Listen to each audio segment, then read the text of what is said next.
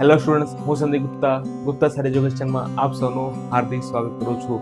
વિદ્યાર્થી મિત્રો, આશા રાખું છું કે તમારી ધોરણ 10ની એક્ઝામ ખૂબ જ સારી ગઈ હશે અને એમાં પણ તમે અહીંયા સાયન્સ લેવાના છો તો તમે આ વિડીયો જોવાના જ છો. બરાબર, સાયન્સ ક્યારે લેવાના છો તમને આશા છે કે તમને સારામાં સારા ટકા A1 A2 ગ્રેડ તમને મળી જવાના છે. બરાબર, અને એવું ના માનો, ઘણીવાર એવું બી થાય છે કે જેના ઓછા ટકા હોય એ બી લઈ લે સાયન્સ અને સારામાં સારા એ લોકો પ્રગતિ કરી શકે છે. બરાબર, પણ જો તમે સાયન્સ લેવાના છો તો તમે સારામાં સારા પ્લેટફોર્મ પર આવી ગયા છો. અહીંયા આપણે ધોરણ 11 સાયન્સનું જે મેથ્સ છે એ આપણે પૂરેપૂરું જે દરેક ચેપ્ટરના સ્વાધ્યાય છે એ આપણે બતાવવાના છીએ. બરાબર, થિયરી સાથે, બરાબર, થિયરી સાથે દરેક સ્વાધ્યાય અહીંયા કવર કરશું.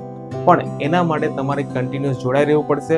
બરાબર, તો તમને ખ્યાલ આવશે. એટલે તમારે ખાસ અમારી સાથે જોડાઈ રહેવાનું છે અને દરેક ચેપ્ટરનો અભ્યાસ કરવાનો છે. તો તમને ઝલક આપી દઉં કે ચેપ્ટર નંબર 1 માં શું કરવાનું છે. તો ચેપ્ટર નંબર 1 જે ધોરણ 11 નું પહેલું ચેપ્ટર છે એ નામ છે ગણ. બરાબર, તો ગણ જે ચેપ્ટર છે તો એમાં સૌથી પહેલા તમને શું જોવા મળશે?